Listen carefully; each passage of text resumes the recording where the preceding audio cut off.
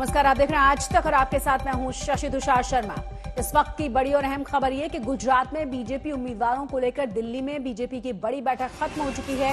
BJP केंद्रीय चुनाव समिति की बैठक में पीएम मोदी भी आज शामिल हुए। इसी बैठक में उम्मीदवारों के नाम पर मोहर लगी है। जी हां, हालांकि उम्मीदवारों की लिस्ट सामने अभी तक नहीं आई है। तो गुजरात में कौन कहां से लड़ेगा, इसे लेकर बीजेपी केंद्रीय चुनाव समिति की जो बैठक चल रही थी जिसमें पीएम मोदी खुद शामिल हुए थे, वो बैठक खत्म हो गई है। लिस्ट में कौन कौन शामिल है ये साफ नहीं हो पाया है, लेकिन ये बहुत ही महत्वपूर्ण बैठक थी। बहुत ही स्ट्रेटेजी के साथ अब बीजेपी तय करने जा रही है कि कौन कहां से चुनाव लड़ेगा। ज्यादा जानकारी के साथ हमारे संवाददाता हिमांशु जुड़ गए हैं। हिमांशु, और क्या जानकारी है, क्या नाम साफ हो पाए हैं अभी तक? देखिए, इतना जरूर है कि हार्दिक पटेल को टिकट मिलने जा रहा है। क्रिकेटर जो रविंद्र जडेजा हैं, उनकी वाइफ को टिकट मिलने जा रहा है। नरेश पटेल जो पटेल समुदाय के लीडर हैं, उनको टिकट मिलेगा। ये वो बाहर से आए लोग हैं। और साथ ही साथ कांग्रेस से जो पिछले 2 दिनों में 3 लोगों ने अगर कांग्रेस छोड़कर भारतीय जनता पार्टी को ज्वाइन किया, उन तीनों लोगों को जो है मोहन सिंह रटवाड़ा, उनको भी टिकट मिले। उनकी जगह उनके बेटे को मिलेगा। वो 11 बार के विधायक हैं कांग्रेस के। कल उन्होंने जो है कांग्रेस को छोड़ा और उसके बाद भारतीय जनता पार्टी में शामिल हुए। उसके बाद उनके बेटे को टिकट मिलने की संभावनाएं जो है वो प्रबल दिख रही हैं। और साथ ही साथ जो हमारी जानकारी है उसमें ये है कि जो कांग्रेस के विधायक दल के नेता हैं, यानी लीडर ऑफ अपोजिशन है गुजरात विधानसभा में, वो भी कल या परसों में भारतीय जनता पार्टी में शामिल हो सकते हैं। यानी कि एक तरीके से भारतीय जनता पार्टी ने कांग्रेस के अंदर एक बड़ी सेंध लगा दी। 99 सीटों पर सिमटी थी 2017 में, और लगाते लगाते अगर कहें तो 20 विधायक जो हैं पिछले 5 साल में भारतीय जनता पार्टी में आ गए। अब केंद्रीय चुनाव समिति में आज 3.5 घंटे की बैठक हुई, जिसमें ये 182 नामों के ऊपर चर्चा हुई। लेकिन इतना जरूर कह सकता हूं मैं, कल दोपहर से पहले लगभग 150 से ज्यादा नामों पर जो सहमति बनी है वो लिस्ट जारी कर दी जाएगी। हिमांशु, सवाल वही है कि कल क्या और ज्यादा हंगामा होने के आसार है? नई स्ट्रेटेजी के साथ बहुत सारे, आज आपने देखा कि कई सारे बड़े राजनेता जो गुजरात के हैं वो सामने आए और उन्होंने बहुत साफ साफ कहा कि वो चुनाव ही नहीं लड़ना चाहते। तो आप समझ सकते हैं कि उसके पीछे वजह क्या रही होगी। कुल मिलाकर जो लोग अभी नए ज्वाइन कर रहे हैं बीजेपी को, उन्हें टिकट देने की बात कही जा रही है। बहुत सारे कार्यकर्ताओं का, नेताओं का मानना यह है कि लगातार धूल फांकने के बाद जब टिकट की बारी आती है तो कोई और टिकट ले जाता है। तो कुल मिलाकर कल का दिन बहुत महत्वपूर्ण है। देखिए, बहुत महत्वपूर्ण है भारतीय जनता पार्टी के, लेकिन जिन नेताओं को टिकट नहीं मिलना था उनको पार्टी ने पहले ही मैसेज कन्वे कर दिया था।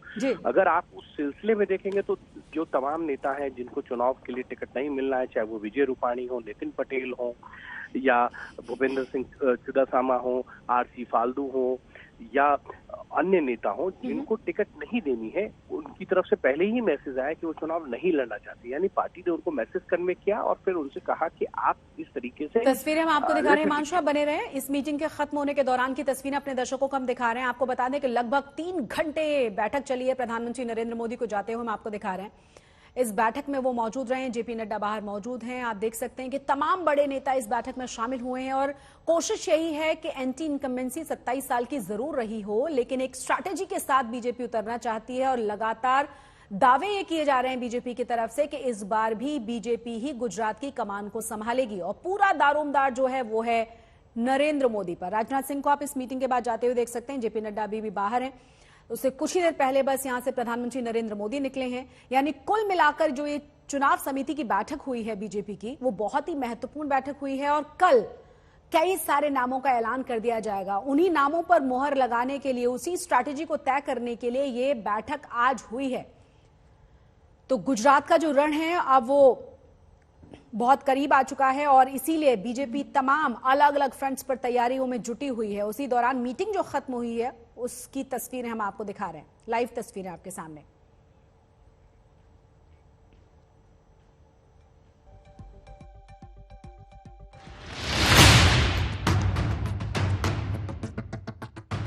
दिल्ली में बीजेपी की सेंट्रल इलेक्शन कमेटी की मीटिंग में जिस समय गुजरात चुनाव के लिए उम्मीदवार तय हो रहे थे, उस समय तक गुजरात के 8 दिग्गज बीजेपी नेता ये बोल चुके थे कि उन्हें टिकट नहीं चाहिए और पार्टी नए चेहरों को मौका दे। इस लिस्ट में जो सबसे बड़े नाम हैं, वो है गुजरात के पूर्व मुख्यमंत्री विजय रूपाणी और पूर्व डिप्टी सीएम नितिन पटेल। मैंने पहले भी अनेक बार बताया है कि मैंने 5 साल मुख्यमंत्री के नाते सबके साथ, सबका साथ, सबका सहकार से मैंने काम किया है, सुचारू रूप से अच्छा काम किया है। और इस बार चुनाव में नए लोगों को, नए कार्यकर्ता को ये जिम्मेवारी देनी चाहिए। मैं चुनाव नहीं लड़ूंगा ऐसा पत्र भी मैंने हमारे वरिष्ठों को लिखा है और दिल्ली भी सबको मैंने इसके बारे में बताया भी है कि भाई इस बार मैं चुनाव लड़ना नहीं चाहता हूं और जो पार्लियामेंट्री बोर्ड प्रत्याशी तय करेंगे उसको जिताने के लिए पूरी कोशिश से, पूरी तन मन धन से हम प्रयत्न करेंगे। अब जब राष्ट्रीय पार्लियामेंट्री बोर्ड चल रहा है, वो कोई निर्णय करे उसके पहले मैं बता दूं कि अब मैं ये विधायक बनना नहीं चाहता और मैंने सामने से ये पत्र लिख के उनको हमारे प्रदेश अध्यक्ष CR पाटिल जी को भेजा और मैंने ये पत्र पब्लिश भी इसलिए किया मीडिया के थ्रू, गुजरात की पूरी जनता की जानकारी के लिए, हमारे लाखों बीजेपी के कार्यकर्ताओं की जानकारी के लिए, मेरे लाखों वेल विशर की जानकारी के लिए ये बात मैंने रखी है कि ये मैंने निर्णय किया है। नितिन जी, लेकिन आप सेंस प्रक्रिया में भी हाजिर थे, बहुत ही उत्साह के साथ आप उसमें पार्टिसिपेट भी कर रहे थे, हमने विजुअल्स भी देखे हुए थे, लेकिन ऐसा क्या बनाव हो गया कि अंगूर खट्टे लगे क्या आपको? कुछ भी खट्टा नहीं लगता। मैं जो भी काम करता हूँ वो निष्ठापूर्वक करता हूँ और साफ दिल से करता हूँ। जो भी किया, आज भी किया, वो निष्ठापूर्वक और साफ दिल से ही किया है। इस लिस्ट में 6 और बड़े नाम हैं और ये सभी गुजरात में मंत्री रह चुके हैं। पूर्व गृह मंत्री प्रदीप सिंह जडेजा, पूर्व शिक्षा मंत्री भूपेंद्र सिंह चुडासमा, पूर्व ऊर्जा मंत्री सौरभ पटेल, पूर्व महिला और बाल विकास मंत्री विभावरी दावे, पूर्व ट्रांसपोर्ट मंत्री वल्लभ काकड़िया और पूर्व कृषि मंत्री RC फल्दू। ये वो नाम है जिन्होंने आगे आकर टिकट लेने से मना कर दिया है, पर सियासी गलियारों में चर्चा यही है कि पार्टी ने पहले ही इनके सामने अपने इरादे साफ कर दिए थे। बीजेपी गुजरात में 7वीं बार कमबैक के लिए कोई कसर नहीं छोड़ना चाहती। सूत्र कह रहे हैं कि पार्टी संगठन में एक नई ऊर्जा भरना चाहती है, इसलिए सीनियर चेहरों के नाम लिस्ट से गायब हो सकते हैं। कयास लगाए जा रहे हैं कि बीजेपी बुधवार रात को ही सारे 182 उम्मीदवारों के नाम सेंट्रल इलेक्शन कमेटी की मीटिंग में फाइनल कर लेगी। 1 और 5 दिसंबर को गुजरात में 2 चरणों में चुनाव होंगे। 5 साल पहले बीजेपी ने 182 में से 99 सीटें जीती थी, जबकि कांग्रेस के हिस्से में 77 सीटें आई थी। दिल्ली से हिमांशु मिश्रा और पौलोमी शाह के साथ सौम्या सिंह, अहमदाबाद, आज तक। और चलिए हम बात करेंगे शिवसेना नेता संजय राउत की, क्योंकि ठाकरे गुट के सांसद संजय राउत आज जेल की सलाखों से बाहर आ गए हैं और राउत को पात्राचौल घोटाले से जुड़े मनी लॉन्ड्रिंग केस में बेल मिल गई है। लेकिन संजय राउत को गिरफ्तार करने वाली ईडी को कोर्ट से बुरी फटकार पड़ी है। जी हां, आपको बता दें कि कोर्ट ने राउत को जमानत देते हुए कहा है कि उन्हें बिना किसी वजह के गिरफ्तार कर लिया गया। उनकी गिरफ्तारी गैर कानूनी है। जेल से रिहा होने के बाद संजय राउत घर पहुंचे, जहां उनकी आरती उतारी गई, उनका भव्य स्वागत हुआ। इस खबर पर तमाम जानकारी के साथ हमारे संवाददाता मुस्तफा शेख जुड़ गए हैं। मुस्तफा, वैसे हम हमेशा देखते हैं कि ऑपोजिशन किस तरीके से केंद्र सरकार पर और सरकार पर आरोप लगाता रहा है कि किस तरह से एजेंसीज का बेजा इस्तेमाल होता है, और यहां तो कोर्ट ने वाकई में बड़े कड़े शब्दों में फटकार लगाई है। जी बिल्कुल, और साथ ही साथ ये भी देखा जाए कि संजय राउत को जो बेल मिली है वो निचली अदालत यानी कि स्पेशल PMLA कोर्ट से मिली है।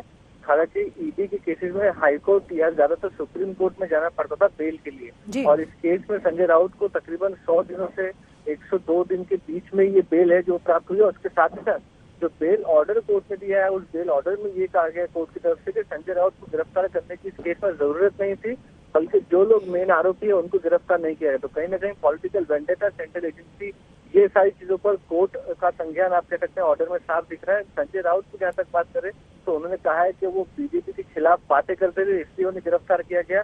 उन्होंने 100 दिन जेल में गुजारे हैं और इसीलिए महाराष्ट्र में शिवसेना के 100 MLA वो चुनवा कर लाएंगे और अगला मुख्यमंत्री शिवसेना से होगा, ऐसा उनका कहा है, दावा है। और जेल से निकलने के बाद घर पहुंचने के बीच में सिद्धिविनायक मंदिर और बाकी कई जगहों पर वो गए, जहां पर उनका शिवसेना वर्करों ने काफी उत्साह से स्वागत किया। बहुत बहुत शुक्रिया मुस्तफा इस तमाम जानकारी के लिए। तस्वीरें आपने देखी, उनकी माताजी किस तरीके से आरती उतारती हुई नजर आई, बेसब्री के साथ घर वाले उनका इंतजार कर रहे थे, किस तरीके से उनके कार्यकर्ताओं और परिवार ने उनका स्वागत किया है, जरा देखिए आप।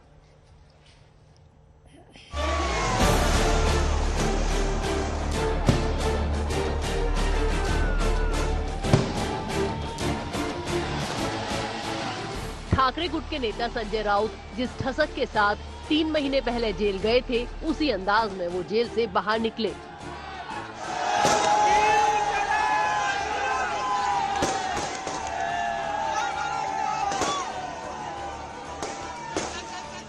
मुंबई के आर्थर रोड जेल से बाहर आए संजय राउत का समर्थकों ने इस अंदाज में वेलकम किया।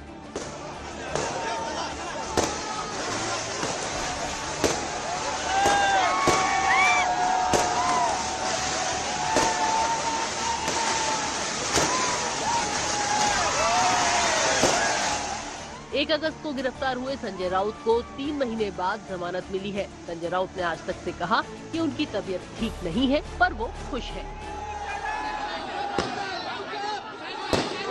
नॉट वेल, तबियत बरी नहीं भाई, आनंद है।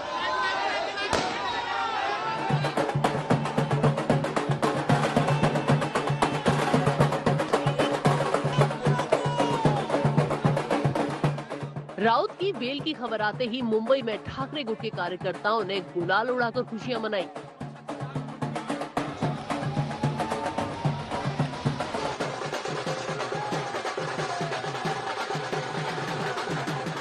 दूसरे शहरों में भी राउत की रिहाई का कार्यकर्ताओं ने जश्न मनाया। राउत की जमानत पर ठाकरे गुट के साथ साथ कांग्रेस और एनसीपी ने भी खुशी जताई। एनसीपी के 2 बड़े नेता और पूर्व मंत्री अनिल देशमुख और नवाब मलिक भी ईडी के हाथों गिरफ्तार होकर जेल में हैं। ईडी का डर, बहुत सारे लोगों को ईडी का डर दिखाया। प्रताप सरनाइक हो, यशवंत यादव हो, ऐसे बहुत सारे लोगों को ईडी का डर दिखाया और वो शिंदे ग्रुप में चले गए। मगर संजय राउत जी जो हमारे नेता है, खासदार है, उनको भी डर दिखाया था। वो डरे नहीं, एक योद्धा की तरह वो लड़े और आज उनको जमानत भी मिली। हमारी तो पहले दिन से कोशिश रही है और मैं तहे दिल से कोर्ट की आभारी हूँ कि उन्होंने ये अच्छा निर्णय दिया है। हमारा कोर्ट पे विश्वास कल भी था, आज भी है और कल भी रहेगा। क्योंकि ये जो कार्रवाई की गई थी, ये भारतीय जनता पार्टी ने राजनीतिक दृष्टिकोण से की थी, इसमें कोई दो राय नहीं। जो भी भाजपा के खिलाफ बोलेगा, भाजपा के नेताओं के खिलाफ बोलेगा, उनके ऊपर ईडी और सभी सीबीआई जैसी राष्ट्रीय जांच एजेंसियां कार्रवाई करती है, तो उसके लिए अभी कोई भी एविडेंसेस की भी आवश्यकता नहीं होती। जो भारतीय जनता पार्टी चाहे वो अपराध दर्ज हो जाता है। तो ये बहुत ही अफसोसजनक देश में वातावरण है। आज संजय राउत जी बाहर आ रहे हैं, ये जमानत उनको मिली है। नवाब मलिक जी भी जल्दी बाहर आ जाएंगे, ऐसी हम अपेक्षा रखते हैं। संजय राउत के साथ ही उनके करीबी प्रवीण राउत को भी बुधवार को जमानत मिल गई। स्पेशल कोर्ट ने संजय राउत और प्रवीण राउत को जमानत देते हुए कहा कि इन दोनों आरोपियों को अवैध रूप से गिरफ्तार किया गया। ईडी ने केस के प्रमुख आरोपी राकेश वाधवा और सारंग वाधवा, महाड़ा के अधिकारी, वो अधिकारी जो 2006 से 2018 तक राकेश और सारंग वाधवा के कारनामों के लिए जिम्मेदार थे, उन्हें गिरफ्तार नहीं किया गया, जिससे ईडी का पक्षपाती रवैया साफ दिखाई देता है। कोर्ट ने कहा कि सिविल मामलों को मनी लॉन्ड्रिंग या आर्थिक अपराध का नाम दे देना और फिर एक मासूम शख्स को गिरफ्तारी की शक्ल में दयनीय स्थिति में ला देना, कोर्ट को बिना ये विचारे कि उसके सामने कौन है, वो करना है जो सही है। प्रवीण राउत को एक सिविल मुकदमे में गिरफ्तार किया गया है, जबकि संजय राउत को बिना किसी वजह के। ये सच बहुत साफ है।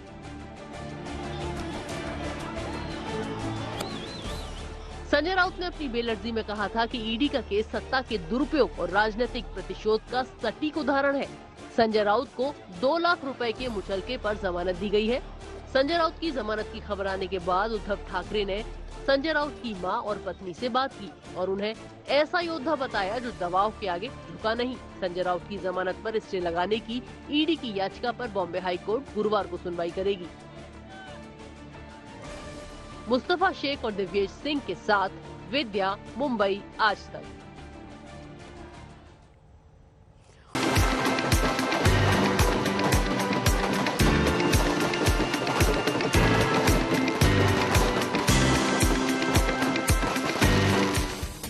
इस साल अक्टूबर में गाड़ियों से लेकर गैजेट्स और घरों तक हर छोटे बड़े सामान की बिक्री ने जोरदार रफ्तार पकड़ी थी।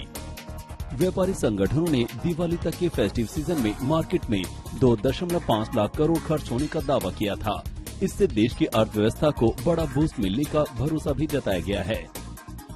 लेकिन लोगों के खर्च का ये सिलसिला त्योहारों का मौसम खत्म हो जाने के साथ थमने वाला नहीं है। अब 4 नवंबर से शुरू होकर 14 दिसंबर तक चलने वाले वेडिंग सीजन में भी जिन घरों में शादियां हैं, वहां से लेकर आमंत्रित किए जाने वाले मेहमानों तक हर कोई दिल खोलकर खर्च करने को तैयार है। ऐसे में एक सर्वे में दावा किया गया है कि इस दौरान देश भर में 32 लाख शादियां होंगी, जिनमें 3.75 लाख करोड़ खर्च किए जाने का अनुमान है। पिछले साल देवोत्थान एकादशी से लेकर दिसंबर में पड़ने वाली सर्दियों के आखिरी साय तक देश भर में 25 लाख शादियां हुई थी। इनमें 3 लाख करोड़ रुपए खर्च होने का अनुमान जताया गया था। अनुमान है कि इन 40 दिनों में अकेले दिल्ली में ही 3.5 लाख शादियां होंगी। इन शादियों पर 75,000 करोड़ रुपए खर्च होने का अनुमान है। अगर शादी में खर्च होने वाली कुल रकम की हिस्सेदारी देखी जाए तो शादी में कुल रकम का 20% खर्च दूल्हा और दुल्हन पक्ष के लोग करते हैं, जबकि वैवाहिक आयोजन में खर्च होने वाली 80% रकम उन एजेंसियों के पास जाती है जो इसका प्रबंधन करती हैं। शादी के मौसम से पहले एक बड़ी रकम घरों के रेनोवेशन के तौर पर सबसे पहले खर्च की जाती है। इसके अलावा ज्वेलरी, साड़ी, लहंगा, सूट, शेरवानी समेत सभी तरह के कपड़े, फर्नीचर, ड्राई फ्रूट्स, मिठाई, पूजा का सामान, किराना, खाद्यान्न, सजावट के सामान की भी बेहतर डिमांड रहने की उम्मीद है। Banquet hall, hotel, marriage garden, community centre, सार्वजनिक पार्क, फार्म हाउस शादियों के लिए एकदम तैयार हैं। इस बात का भी विस्तार से ब्यौरा सामने आया है कि किस शादी में कितनी रकम खर्च होने का अनुमान है। 5 लाख शादियों में हर एक पर 3 लाख रुपए, 10 लाख शादियों में हर एक पर 5 लाख रुपए, 10 लाख शादियों में हर एक पर 10 लाख रुपए, 5 लाख शादियों में हर एक पर 25 लाख रुपए, 50,000 शादियों में हर एक पर 50 लाख रुपए से 1 करोड़ और 50,000 शादियों में हर एक पर 1 करोड़ रुपए से ज्यादा की रकम खर्च की जाएगी। शादियों में सामान की खरीदारी के अलावा टेंट, डेकोरेटर, फूलों की सजावट, क्रॉकरी, कैटरिंग, ट्रांसपोर्ट, सब्जी विक्रेताओं, फोटो और वीडियोग्राफर, ऑर्केस्ट्रा समेत कई तरह की सर्विसेज को पैसा मिलता है। डीजे, बारात के लिए घोड़े, लाइट और दूसरी तरह की सेवाओं से इस बार बड़ा कारोबार होने का अनुमान है। इवेंट मैनेजमेंट भी एक बड़े बिजनेस सेक्टर के तौर पर उभरा है। आदित्य केराना, आज तक।